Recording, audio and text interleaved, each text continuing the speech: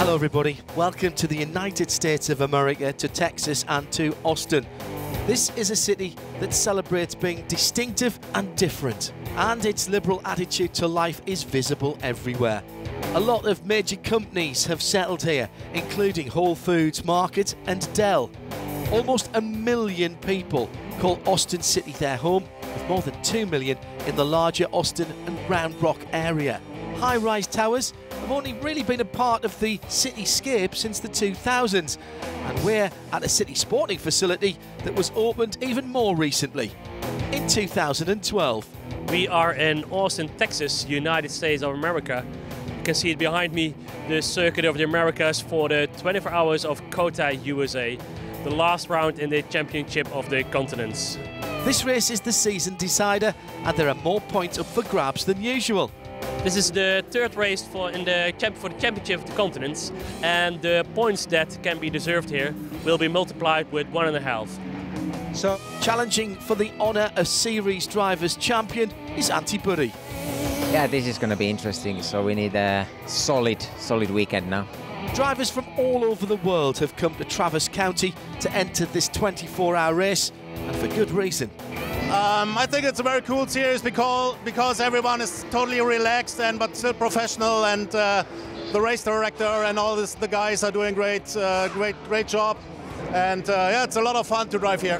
One of the ever-presents at Creventic organised races is Team Ultran Peugeot. Team manager Cyrus Iari has also put on racing overalls this weekend. I just sweep the job with one of my driver, wasn't able to come. So I say, hey, why not? I didn't race since 5 years. Let's see if I still can race. And can he? I did 20 laps. It was not good, but I have to get used to the car and then get used to the track. So it will get better and better, and I think tomorrow is going to be in pace, hopefully. Creventic Endurance Series events always offer lots of track time, including free practice sessions and, of course, qualifying. 3 classes in the touring car event this weekend. Each of them will have their own pole sitter. In Cup 1, for BMW Cup cars, it's the 131 that has set the fastest lap time. We took pole position yesterday, got a good lap, a clear lap. I think a good time, and so yeah, we are happy now to race to start the race from the pole position. It was not that hard. We had a really good setup. I took a good lap, and so yeah, the time was good, and so yeah, it was not that hard to take the pole position. The fastest touring car qualifying lap of all came from the 238 Le Mans Cup car from France, but on the morning of the race, they didn't attend the drivers' meeting, so took a penalty and were put back 3 positions on the grid. So that means starting from touring car pole is the number 129 LMS Racing Cupra, a totally different car when you compare it to the Le Mans. Yeah, well, they are GT4 different class than us, but under the TCE still, so it's a little bit different car. But yeah, we were chasing them, and yeah, but end of the day we have the pole, so that's what matters. So what can we expect from this American leg of the season? To stay out of any trouble, that's the most important thing, and then just to get over the distance and then see what happens in the end. Hopefully to win the last race this season, and maybe also play kind of a role in the championship in the end. It's going to be tricky with the tire wear, but the track is nice, so yeah, it's going to be interesting. I expect a very exciting race. It's a split race. Today we do 12.5 hours, and tomorrow we have the remaining 11.5 hours. Today it's beautiful weather, but tomorrow the forecast is rain. So yeah, that makes it, think, very special, different, and also difficult for the teams. It's not just the touring cars getting ready to start their race. Ahead of them, the GT Series have their start as well. The pace car turns into the pit lane, gives us a great view of the grid that's working towards the starting line, and as soon as the American flag is waved, the field charges towards the first corner. When they get there, it's a fierce but relatively civilised battle for positions, where the second place car is trying to take over the lead. And that's why this series is so fun to watch. As soon as one of the grids has started, a second field is about to follow. Here's the touring cars of the FIA-sanctioned 24-hour Touring Car Endurance Series, ready to start the Hankook 24 Hours of COTA, USA. I come onto the front straightaway, and we're all looking at the flag station, and he starts waving frantically. Now we look at it, and everybody's starting to accelerate. Then they all realized that was a code 60 flag. And I said, wait a minute. I mean, the race hasn't even started yet, and we're already under a code 60. What the hell's going on? I never did find out what the problem was. It was my misunderstanding. I take too much speed off in the grid board, and I was too long distance between me and leading car, so I get 40 seconds penalty for that, and that's it. As the GT cars were closing in on the back of the TCE field before they'd even started, race control called a code 60. The concern was that with the TCE field heading through the very technical first set of corners, they may not have seen the faster GT cars coming up from behind them. The decision was it was much safer to wait until all of the field reached the back straight before going back to green. Fortunately, not all of the drivers were paying quite enough attention. The LMS guys, the one in pole position, he missed it completely. I don't know if he drove past the flag or something, because he missed it completely, and it was not enough room to pass him. So I had to let the third guy go, and then after that I could pass the first guys. I think I lost 5 cars or something. The Lamara 238 reclaiming the position it had lost due to its grid penalty. Another car finding its way to the head of the field, the Ultran number 308 Peugeot. With the first couple of corners behind them, everyone is settling into the race, and going through the S's, the GT cars mixing it with the field. Proof that it was indeed a good decision from race control to delay the start. Now the two fields are totally intertwined and the race is properly underway. Meanwhile, in the pit lane, the 175. In turn 1 upstairs there, I turned in, ready for my first lap, and then the turbo pressure failed, and I had to come in, and it turned out that the hose of the turbo was loose. So we had to fix it. Cost us 5 minutes, 2 rounds.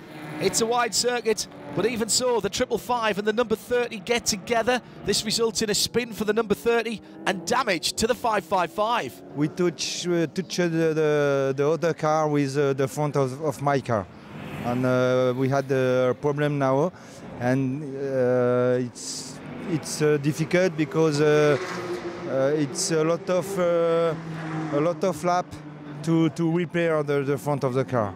The team decided to let Bruno finish his stint before having those repairs done. The 175, meanwhile, has rejoined the race. A code 60 is required for a GT car stopped on the track, but in the pit lane, it's a TCE car that's drawing attention. I was turning really good times, came onto the front straightaway, downshifted into second. As I started to power out, bang, the throttle went to the floor and I had no throttle. And so I pulled off to the side, called the crew, told them where I was, and I said, I got an idea. If I can limp to the pit out, I can get up on the angle, then we can back it back into the pit area. That way, thank God it didn't happen on the backside of the track. I might still be there. There's an obvious speed differential between the GT and TCE entries, especially when the pro drivers are in the fastest cars. But even they have to drop in behind touring cars like the number 152 Zorg Rennsport. For the most part, it's all done with the greatest of respect, and Seth Thomas cleverly creates room for both the GT cars to pass. The GT85 car, though, not taking that gap for granted, and only goes through when he's absolutely certain the Audi driver is aware of him being there. The number 110 Volkswagen Golf of Lestrup Racing has Robin Fredriksson behind the wheel, just about to finish his first stint. I had a good pace, I think, but it was really hard in the end. The tires were totally gone because we had a code 60 and went in for fuel. So we had really bad tires in the end because we didn't change it at that time. So maybe something to learn from that, but both me and the LMS team, the one who was in pole, went up. So I think we was first and second after when we did a pit stop, I think. Look in the back of the picture as Soren Johnson in the number 30 Hyundai takes a spin in the S's. we asked him what happened. Yeah, I think there should be something for the TV. So therefore, I really mean that I was hidden from the behind. No, it was not therefore. I think I had missed the point and the concentration in a second, and then I had to go out in the gravel. So just a loss of concentration causing the car to spin. Is it really so hard for drivers to keep their concentration? Yes, it's very hard. It is very hard. I mean, I'm 60 years old, so and I've been driving for a little bit for more than 3 years. So there has to be full concentration because it is very hard. So you might say, you better not push the car right to its limits. No, you have to go to the limit, and sometimes where is the limit? You have to go all the time, every single corner. You have to go to the limit all the time. Wise words, and here are some more. This is endurance. Endurance is to finish. You need to finish the race. I mean, it's 24 hours and it's a long distance.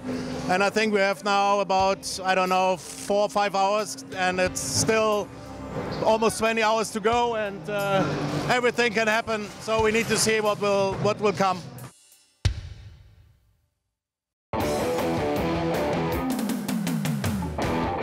The Creventic Endurance Series are well known for choosing the best tracks in the world. Most are former or current Formula One venues or test tracks. The Circuit of the Americas has been host to the Formula One United States Grand Prix since it opened in 2012. I think the Circuit of the Americas is a very special circuit. I think it's a Formula One circuit, of course, and I think it's the most famous circuit here in America. In America they have a lot of circuits, but not a circuit as this one, with pit boxes, with a big track, with big grandstands. Yeah, that's very special here in the United States of America. The track design was by Herman Tilke, who adapted corners from other venues to make the layout. This makes it a real driver's track, and it's clearly a philosophy that has worked. It's wonderful, it's nice, it's a combination of a lot of fast and also slow corners, and with the ups and downs it's a nice and attractive track. Very fast, complicated to remember all corner, but very good. It's wonderful, it's a great racetrack. I love it, but it's very challenging. Some part it's really different in different areas. So you have a really technical area and you have fast corners, so it got everything. I like it a lot. Yeah, you have to take care of your front tires the whole stint. You have to manage the speed, at least in your first laps. 3 hours down, and all of the teams have had at least one driver change. The Lestrup number 110 is right in the middle of a GT battle. Mats Olsen handles himself very well in the situation. He's setting great times in a car that earlier suffered from tyre degradation. He did it very well. He almost did the same lap times from the beginning until the end, so it has been pretty good. I think they changed something with the car, so the last pit stop was a bit long, so we lost some positions in the pit, but I think it has been good. And there are other cars that are improving on their early performance. After just 15 minutes of racing, the 175 had to get some attention from its mechanics, but they are recovering perfectly. We're back on third place, behind LMS and Altran Peugeot. Well, the Altran Peugeot is quite fast during this race. It's amazing. So it's still a long way to go. Hopefully we can hook up with Altran and then get to LMS and see if we can battle for the first place. Catching the Altran 308 has just become much easier as a ripped tyre forces the Peugeot into the pit lane for new rubber. The crew quickly service the car so that they can continue their battle for the top positions. In pit number 23, over the last couple of hours, the 238 Lamera has been worked on tirelessly by the pit crew. The motor was broken because we have a problem with oil pressure, and we put a new motor. A full engine change in just 2 hours. Has the team any hope left though? We hope to finish first in SP3 class but it wasn't the objective. The objective was to be one in the TCE class. Endurance racing's golden rule that you should stay out of the pits as much as possible is once again proven. The slight impact in the opening laps now causing a major issue for the number 555. Hey, it happened that we had a contact at the beginning of the race, and now the front wing is the splitter is starting to fall off, and so we are trying to repair it. The car was doing okay. We were in the top 3 position or top 4 from the beginning, so the car is okay. The driver were okay. It's just that's the race. Back into the pit lane for the 238 Lamera.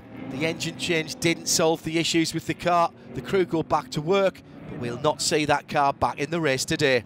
Some of the teams and drivers here have been competing throughout the whole series, some of them for years on end with the same car. Others have joined just for this race and so have had to get used to their machinery. I must say, first time in a Seat, for a long time ago, 50 years ago, in a front-wheel drive car. But it feels good. I'm having my pace together with my race mates. Good fun. William Hendricks, normally on 2 wheels on a motorbike, but he's loving racing this touring car. It was quite exciting. You know, it was 90% dealing with traffic, but you know, it was a lot of fun, and I hope to do it again soon. Jim Briodi overshoots his braking point when a Ferrari tries to overtake him. He's off the track and onto the curbs, and as a result, breaks one of the shock absorbers.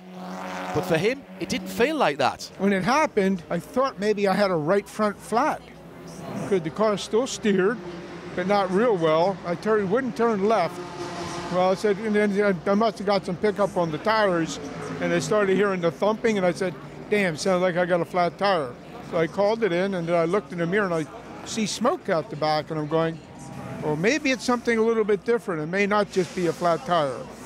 So I got the car, brought it into the pits, and then they made the change. A beautiful teamwork from the team. They got us in, got us out, didn't lose much time. We're now 7 hours into the race. Time to look at the standings. The LMS racing car has a good gap now to its competitors. A full 2 laps over the 175 NKPP Racing, both operated by Baz Kooten Racing. Third, Team Ultrans Peugeot number 308. In the classes after 7 hours, in Cup 1, the class leader has completed 148 laps. It's the 131 Hoffer Racing powered by Bonk Motorsport, and they have a 4-lap gap over their German opposition, Zorg Rennsport, in the BMW 151. No luck for the SP3 class. The Core Oyster number 71 now back on track with a new shock absorber, but the Lamera 238 stopped in the pit box. Great racing weather for a November day in Texas, but the forecast for tomorrow not as good. But the drivers don't seem to mind the prospect of a slippery track. They're even looking forward to the chance of rain. I don't know what the weather is tomorrow. They're calling for rain, so I'll do the restart tomorrow. If it's raining, I'll be happy. I like the rain, so if it's raining, maybe we can make up some time. Rain or wet, it is not problem. We are driver, and this is usual. Change the weather changes the race, so that's fun. That's part of 24-hour racing. You should have sun, you should have rain. I hope it will change the weather, because then we got a different field. Because what are the Porsches going to do? The TCR cars are fast in the rain, so yeah, let's see. I'm actually quite anxious that it starts to rain.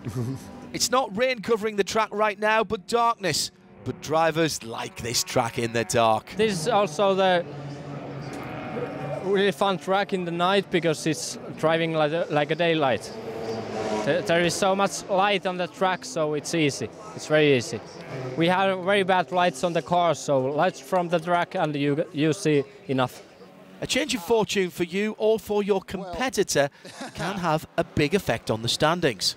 In the Cup 1 class, the BMW 131 has hub problems. When last we looked at the positions, they held a 4-lap lead. But that's now gone, and in the class lead now, the number 151 Zorg Rennsport BMW.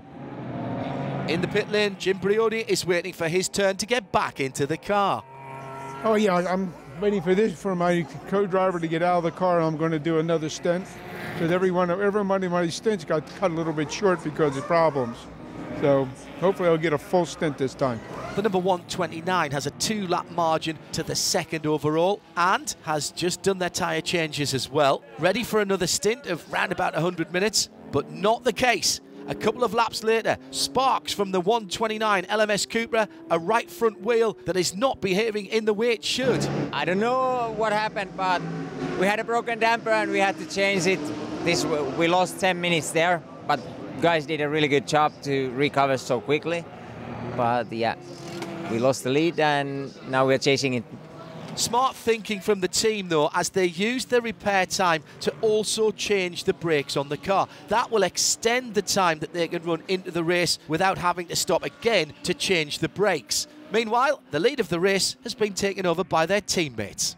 The 71 BMW M3 is back on track. Team owner Kurt Euser has the idea that their shock absorber problem had its origins before the race started. During the qualifying and testing, I think we run too hard on the bump and we broke the shock. It took us some time to change it. That's why we end up pretty on the bottom of the field. But we're climbing up again, so the car's running fine, and hopefully we stay out of trouble now. Less than 2 hours racing left today. The 152 of Zorg Motorsport needs the attention of its technicians to get the car back to the track. Yes, we had a failure on the front left brake caliper. So it came, but we didn't expect that. We have been in a hurry to repair that. This is a far cry from how their race started. Yeah, we were leading the TCR class with the Audi in the beginning of the race, and also after 2 hours we were in the leading position. So we expected to finish maybe on the podium. At the moment we fall back to 7th position due to that problem with the left front brake caliper. The race is still long. We don't have half of the time done, so anything can happen. A stint behind the wheel can last anything up to 2 hours, and during that time, there's no time to take it easy. Every round, you have to be better, and better and better. So that's, and when you relax, you make always a better round than before. So, and now we have a sprint race for the next. We have 15 rounds with 3 cars and perfect. In the garage, the Lamara crew have been working for 6.5 hours on their Lamara Cup 238. Looks like they haven't given up just yet. We're running towards the finish flag for the first half of the race, so that car will not be out on track today. At the finish line, the officials are waiting for the race leader, and for this, they use the system that Creventic brings to every race. At start-finish, the live tracker is absolutely critical because we need to know where the lead car is at all times. Ordinarily, we're relying on the calls from the radio to tell us where they are. Sometimes we hear where they are, sometimes we don't. But with the live tracker, we always know where he is. We love it. And I think of all the racing series that come to COTA, I think Creventic has the absolute best website. If you're a race fan, you can see everything that's going on. The information is clear. It's in real time. We came out of a code 60 and the website switched from code 60 to green instantly at the exact same time we did it on the racetrack. It's a fabulous website. 12.5 hours of racing completed with 11.5 to come in this 24 hours of COTA USA. This is endurance. I didn't believe I have been playing football for many years, and now I'm in racing, and that is absolutely the most fantastic. Here you have to have the strategy, you have to take care about the fuel, the change of drivers, the 60 coach coming in and out and so on. So endurance is a fantastic thing to do. I think the Creventic series here is fantastic.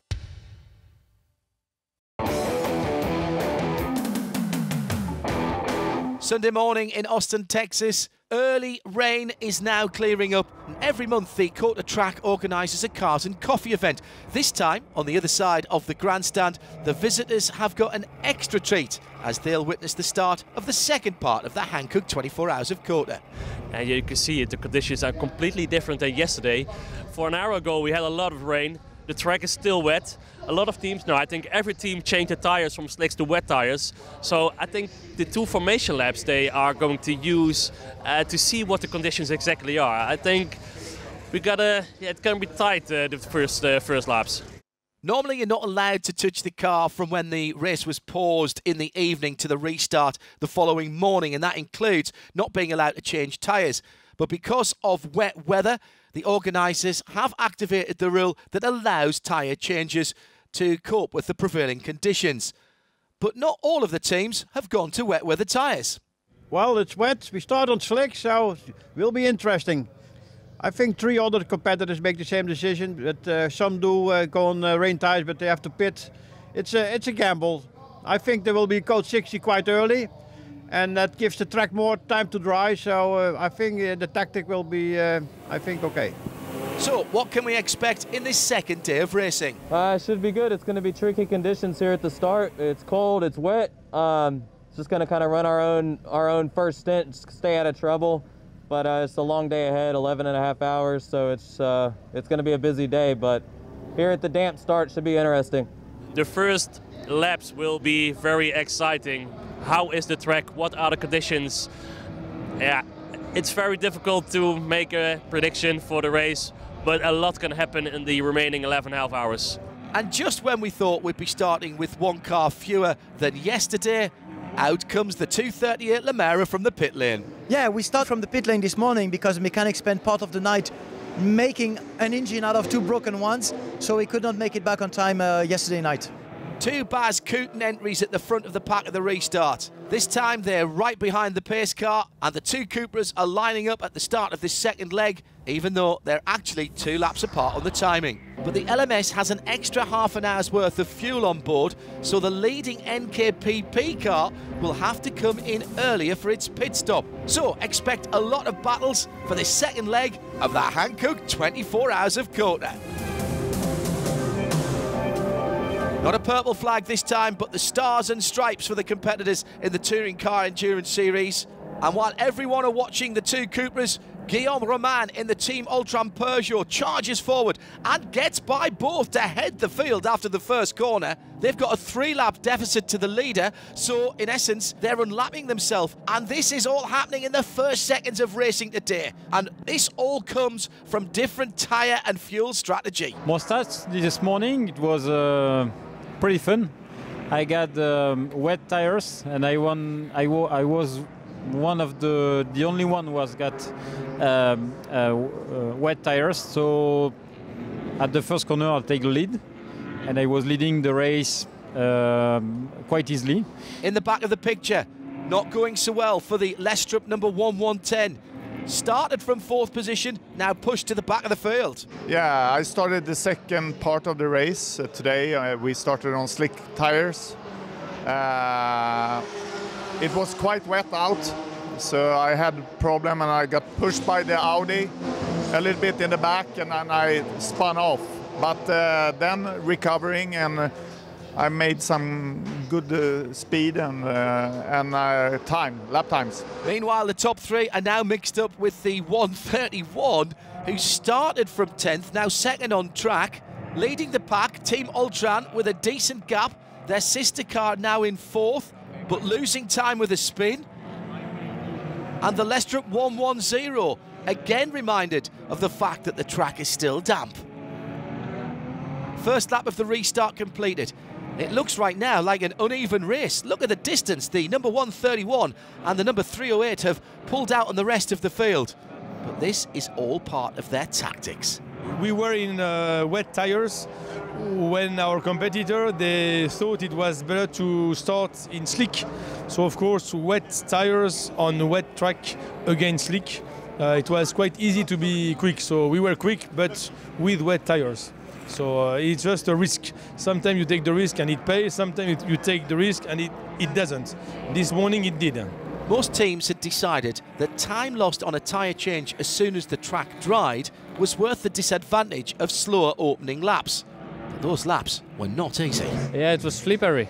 I went with the slicks, so it takes more than 20 laps. The track is getting drier and drier, and the last 20 laps was very good. The faster cars in the GT Endurance Series are now mixed up with the TC field, and the Ultran Peugeot still ahead of the touring car endurance field. I was turning around 10 seconds quicker than the other, but there is a but. We had a gas leak, so we have to stop. We didn't have enough fuel, so we have to stop. The Team Ultran car not out of fuel due to a technical issue. I knew that we are close from nothing.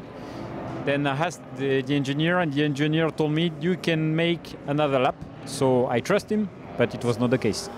Sometimes it's the driver who made a mistake, sometimes it's the engineer, sometimes it's the mechanics. That's a team, that's the role, and that's it, no problem. The resulting Code 60 was the perfect opportunity for those teams that had started on wets to get slick tyres and fuel. The real leaders of the race who gambled and restarted on slick tyres, NKPP Racing. We expected that Harry would pick up the pace after 6 or 7 rounds.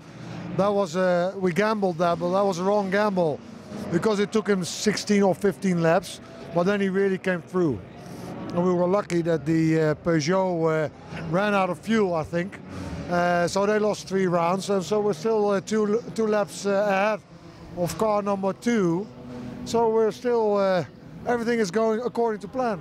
Enjoying the wet track, Jean-Marc Thevenot in the Ultran Peugeot 908, currently in 5th. It was perfect because I like when it's wet, and it was very good condition on this fantastic racetrack. During the season, the 24-hour Touring Car Endurance Series has raced 7, 12 and 24-hour events on 3 continents. 3 of those races are for the Championship of the Continents. In the second part of this final race, the Cup 1 class is headed by Zorg Rennsport, albeit only for a short while. We were too slow to stand in front.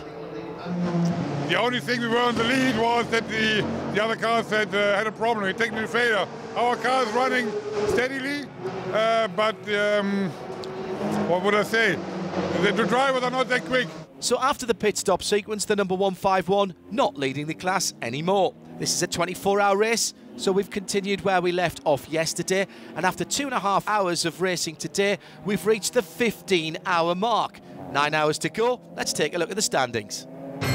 The NKPP Racing Seat by Bas Koeten Racing is still sporting a 2-lap lead. The 129 Cupra of LMS Racing second and has an additional 3 laps over the Team Ultran Peugeot. Their fuel problem has cost them an additional 2 laps from where they started this morning. The Cup 1 lead at the 15-hour mark is back in the hands of the number 131 Hoffa Racing powered by Bonk Motorsport entry. Zorg Rennsport with their 151 BMW a lap down in second. The Core Oyster Racing number 71 BMW had its troubles yesterday.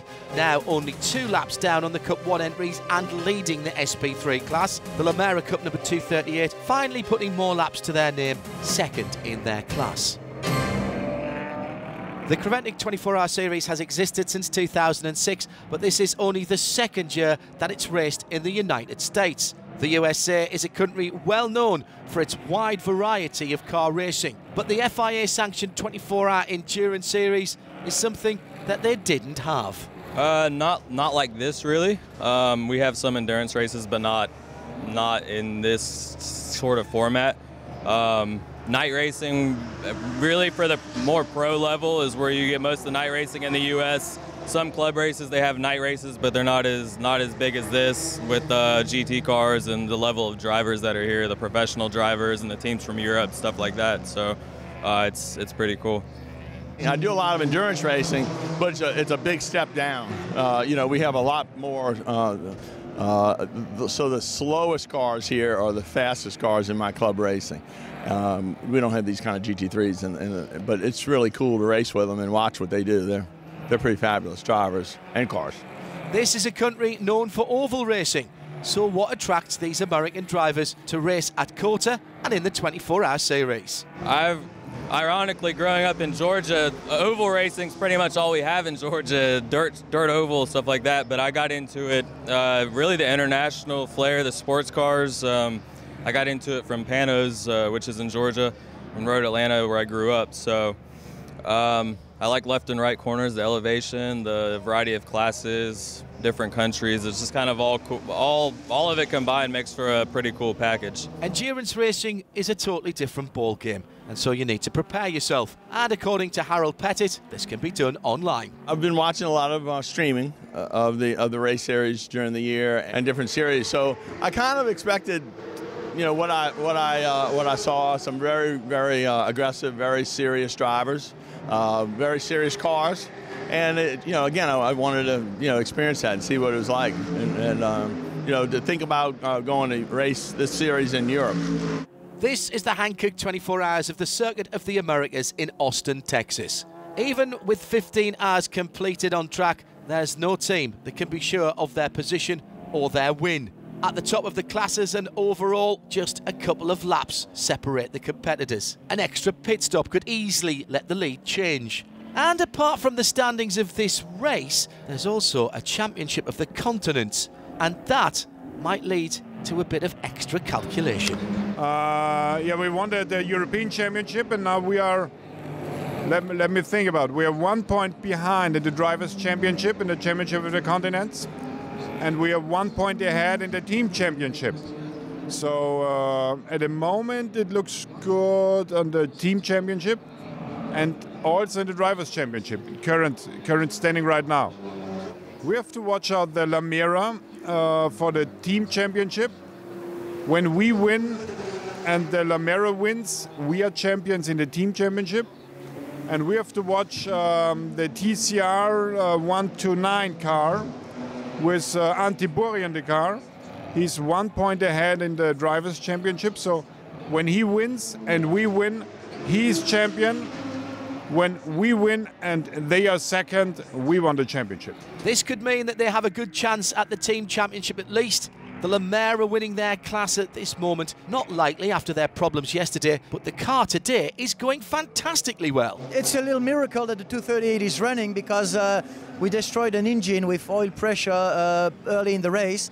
Then we destroyed the second engine with something in the engine, and we've managed to rebuild one engine out of two broken ones. And it's running since 8 o'clock this morning quite well. So we're quite happy with 238. Obviously, the result is very bad because, well, we started with 300 laps delay. But now we are just hoping to finish and see what happens. No issues as two GT cars pass the number 151 Zorg BMW. Doesn't go quite so well when the 110 Lestrup TCR, just out of picture, tries to pass Ricardo Flores in a Cup 1 BMW. Yes, we have a little bit accident. We were 3 in a row and 2 come for by, and when I was in turn, I have to load the car in front of me didn't see me. Didn't realize that they were there. Both cars still able to be driven. The 110 a little slower than the 151. Both cars into the pits. No damage for the Zorg Rennsport BMW. The Lestrup number 110 will have to give up their 4th position though, as the damage is far more severe. Some parts in the front wheel, but not a lot, but still we have to go in and repair it. Nearly 20 minutes before the car comes back to the track, but they will continue the race. A race that seems to be enjoyable to pretty much everyone here, not least the series organisers. It's very exciting, actually, in every class, for especially in the TCR class and the Cup 1 class. They are battling for the top places, and yeah, they're really battles. It's really exciting. And of course, also so for the Championship of the Continents. Besides the regular podium we have for the race, we also have the podium for the Championship of the Continent. And that means the winners of, in total, of the 3 races we have in 3 different continents: Dubai, Portimao, and here in America. With just a couple of hours to go, what do we think will happen?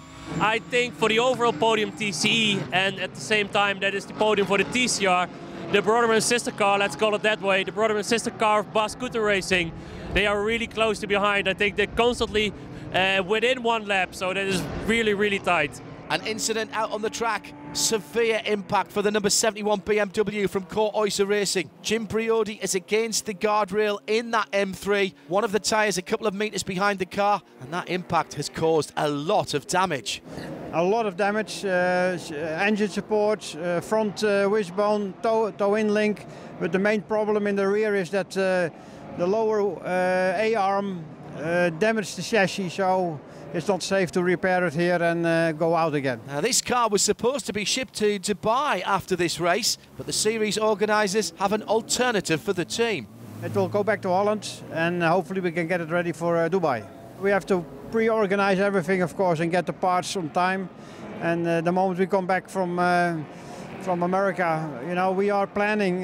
My plan was to have holiday in December, but that's not going to work now. Well, this might change the fortunes for the Le Mans number 238. They were well down on the 71, but they'll now start to catch up. Meanwhile, a spin for the number 152. Well, I was on totally cold tires, and yeah, that's the rear end of a front-wheel drive race car is very light and slippery until you get some heat in the tires.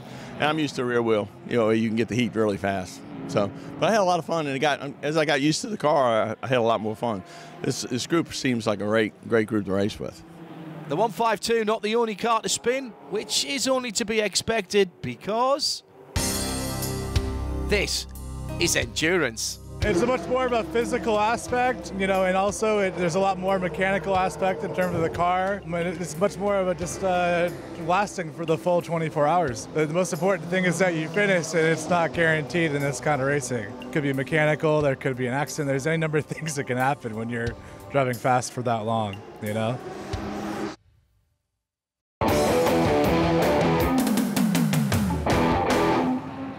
Additional support for this race comes from the Gulf Company, the official fuel sponsor for this event. We've been calling Creventic to be a part of this series since it first came to the United States because we cannot find many series that race for 24 hours. Again, with Gulf's racing history in endurance racing, we wanted to be a part of this series from the very beginning. When we were able to get with Creventic and sign the agreement to supply all the racing fuel here, the whole company was very excited. And we brought out some of our champions to the racetrack to meet with some of the drivers here. It's been a very exciting weekend for all the family at Gulf Racing Fuels. One of the drivers that Gulf have invited to this event is Brian Korn. I'm here because this is one of the great races of the year. I came last year and I'm out here again this year. I mean, this is the real deal. These are the grown-ups playing here, and this is real professional racing on a world level, and it's right in my own backyard. 24-hour endurance very different from the races in which Brian normally competes. No, the diversity of cars, I think that makes all the difference in the world. I mean, you get opportunities in passing and other strategic racing that you don't get if you just have the same class of car running all the time. Any drivers on the podium at the end of this race will certainly remember Gulf's involvement in the COTA 24 hours. Not only is Gulf here to supply the racing fuel, but we've got an extra special gift for all the podium finishers today. From Superstrada, the designer, we brought them Gulf cufflinks that are from the winning number 20 for the Gulf Le Mans series way back in the 60s. So it's an extra special gift for the drivers today. And when the finish flag drops, Gulf will work hard to continue its involvement. We would love to be a part of this race going forward, and I'm hopeful that Creventic 24-hour series will invite us back to the racetrack for next year and the years beyond. We really want to be a part of this racing series. The FIA-sanctioned 24-hour touring car endurance series powered by Hankook has a race in Asia, Europe and North America that form the championship of the continent. And this is the title showdown. We're only a couple of hours away from the final finishing flag that will decide how the season points will be awarded. And as this is the last race of the season, the points here are 50% more than the other races. This makes this final race of the year all the more exciting and important as it's all still up for grabs.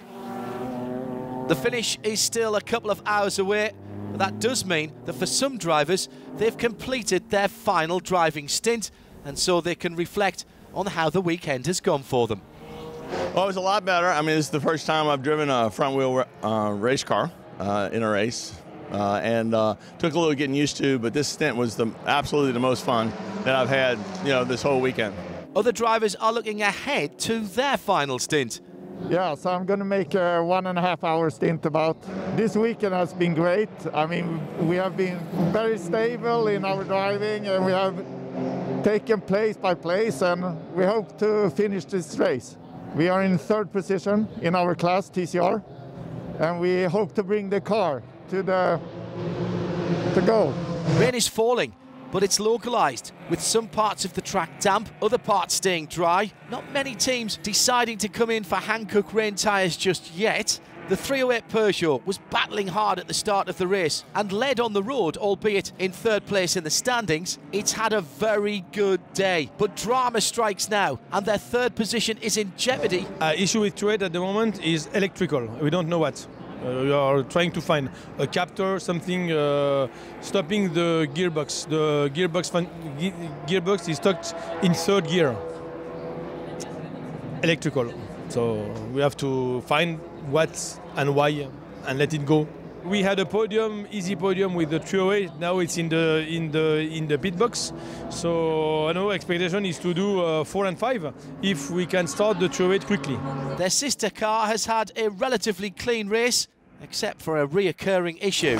908 has only puncture. We have an issue with the tire this race. We don't know why. We had more or less 10 punctures. As we close in on the end of this race, and therefore the end of the 2018 season, the live season standings show the Hofferbonk number 131 is poised for a great finish to their season. But they don't want to jinx their race, so it's impossible to get a response to the obvious question as we ask them to reflect on the running season. It's great, it's fine. It's nice, but the race is going on. We wait to finish. But regardless of the outcome, Bmw Racing can be pleased with their results, both in this race and for the whole season. Currently, the 2 cars that the team services are running 1st and 2nd overall in the Touring Car Series, and plans for the 2019 season are taking shape. We already did a lot. We have done all races this year, and for next year we will go on with a Porsche at least, and of course with some TCR cars, as we are quite good in the game. We know how it works. We can win.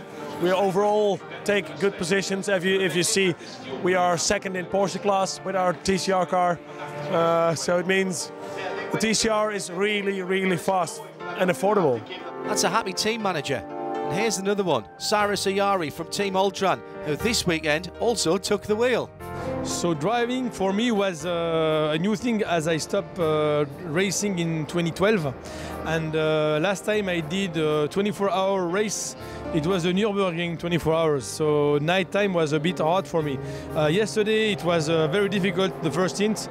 Didn't know the car, didn't know the track. Then the night stint was very hard too because of visibility. This morning was better, and I have the nice opportunity to finish the race. Car is still running well, so we hope to do a top 5. For me, it's enough. The only aim is to finish the race with a clean sheet. It seems everyone at the Circuit of the Americas has enjoyed hosting this race in the International Endurance Series. This is my favorite event of the year. We have so much fun when we do this event. Endurance racing is fun. Creventic is a great series. We just enjoy every bit of it, and we're always glad when they're here in Austin. With the checkered flag imminent, we can look back on a fantastic race here and a brilliant 2018 season, knowing that 2019 will offer even more racing in even more Creventic organised endurance series than ever before.